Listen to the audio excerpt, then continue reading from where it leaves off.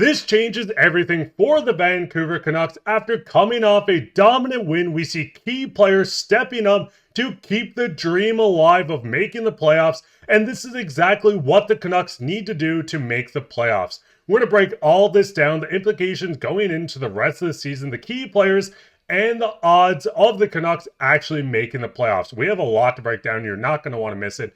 But with that, before we get into the episode, I just want to give a shout out to everyone watching this video. If you haven't subscribed yet, it's completely free. We'll keep you up to date on everything to do with the Vancouver Canucks. And if you don't want to subscribe, that's completely fine as well. I'm just happy that you're here watching the video.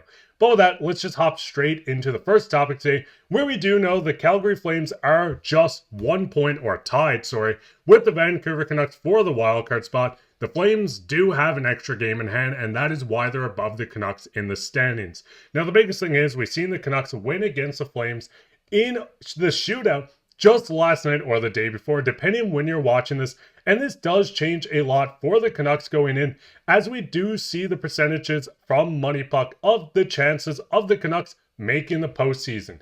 Now, looking at this, we know it's going to be a battle going down to the wire to make that final wildcard spot. The Canucks currently sit at 30.2% chance of making the postseason. Calgary Flames 29.8%, St. Louis Blues 29.3%, and Utah at 24.8%. The second part is the second round chances to make the second round. But looking at the standings once again, we know the Canucks are currently ahead of the St. Louis Blues and the Utah Hockey Club.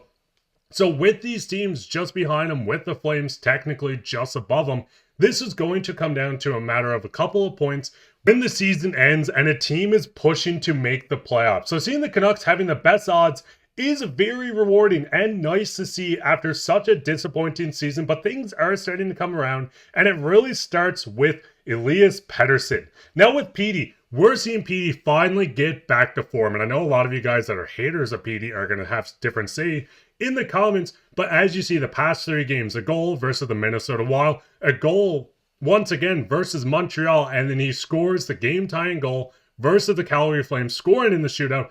Petey is back, and I'm going to say it, this kid is finally getting going again. We see 3 goals in 4 games, which hasn't happened all season, I'm pretty sure. This is the first time this year, I'm pretty sure, as well, that he had back-to-back goals. I think it happened in January itself.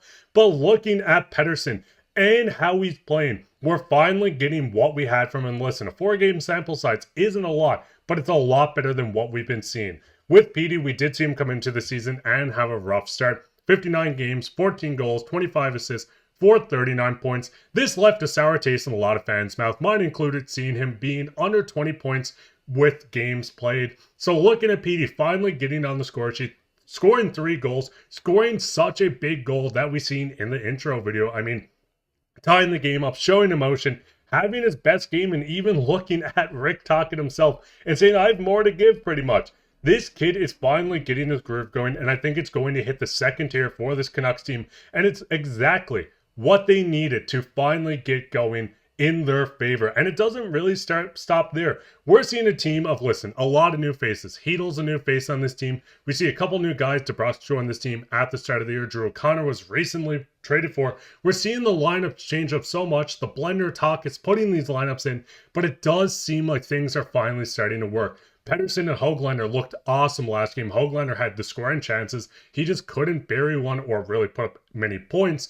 But looking at the top line, DeBrusk is leading the team in goals. We're seeing Boeser kind of slow down a bit, but I do think once Heedle really starts going with this team, we're going to see a play driver that's going to help with Boeser. This is a deep team. Yes, they don't have the top-end star talent where we had Lindholm on this team last year, J.T. Miller, all those faces, but we do have a team of 4 lines that can kind of play in every situation. Obviously, the 4th line of Amon, Bluger, and Sherwood, you wouldn't want out when you need to score a goal, but every other line I would trust to go out, get you that goal. We've seen it with the top line. I think every line played well. Josh was finally getting back to form. We're seeing him be a wrecking ball. Garland's looked awesome this season.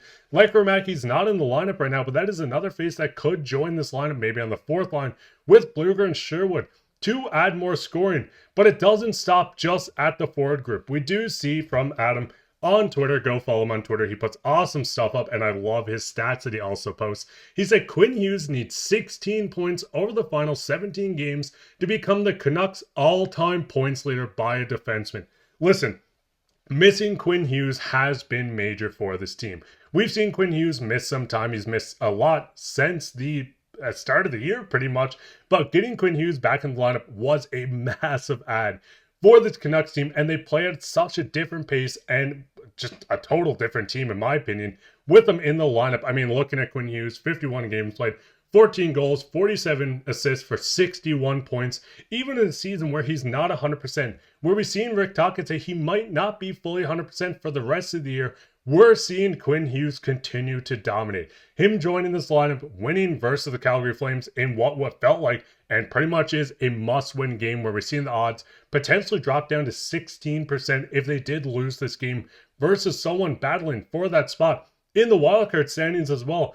Quinn Hughes came in, captain clutch. The Canucks captain is back, and getting him in this lineup with the emergence of Petey is just the start of who is stepping up for this Canucks team. I mean, looking at Victor Mancini, a piece that was added to the J.T Miller trade that a lot of people didn't know about. I mean, we had Darius from Rangers Digest on, and he continues to tell me how upset he is not having Mancini back on this Rangers team going into the rest of the year.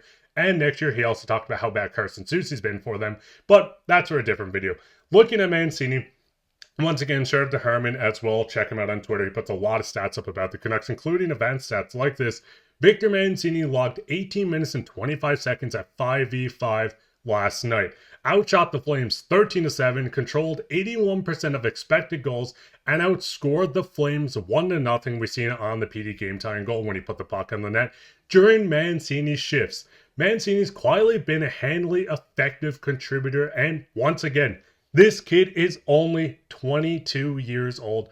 Big right-hander shot defenseman. If you go watch his clips, not only is he physical, not only can he pass, he also can skate. He has not pretty much star potential, but he has NHL experience written all over him and expectations for it. And I do think he's going to make a logjam on the Canucks next year on the defensive core, which is going to be a good thing. And maybe it gives Tom Willander more time to grow. I mean, looking at the defensive pairings for the Canucks, we know Tyler Myers is out for the Canucks right now. Hughes, Pettersson, they looked great. Pettersson and Hronek, once again, it's so funny to see all these Petterssons on the team.